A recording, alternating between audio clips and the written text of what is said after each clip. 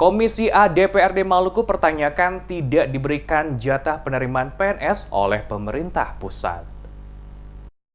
Menyikapi adanya informasi bahwa tahun ini Maluku kembali tidak diberikan jatah penerimaan PNS terutama bagi tenaga guru dan kesehatan oleh pemerintah pusat, ditanggapi serius oleh anggota Komisi A DPRD Maluku Amir Rumrah. Menurutnya jika hal tersebut benar, maka DPRD perlu mempertanyakan hal ini ke Gubernur Maluku sebagai pimpinan di daerah sehubungan 3 tahun berturut-turut Maluku belum mendapatkan jatah penerimaan PNS oleh pemerintah pusat. Dengan kebijakan pengangkatan tenaga honorer oleh pimpinan kepala daerah baik di kabupaten kota hingga provinsi, menurutnya tidak menyelesaikan permasalahan pengangguran serta kebutuhan atas tenaga pendidikan dan kesehatan di Maluku. Karena itu dalam rapat yang direncanakan oleh Komisi A DPRD Maluku bersama dengan mitra kerja, dalam hal ini BKD Provinsi Maluku, maka persoalan ini akan dipertanyakan oleh Komisi A.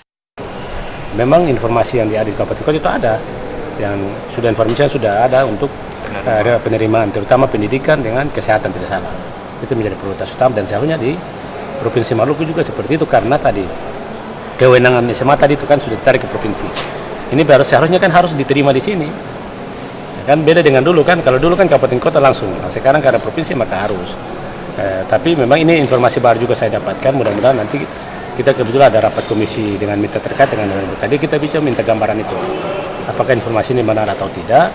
Karena ini juga berarti satu ketentuan dilakukan oleh pemerintah Provinsi Maluku dalam rangka ini karena kurang lebih 3 tahun terjadi moratorium dan pengangguran sangat luar biasa. Tidak ada jalan lain apalagi di Maluku. Konteks Maluku yang kita harapkan adalah dengan cara adalah PNS, tidak ada jalan lain.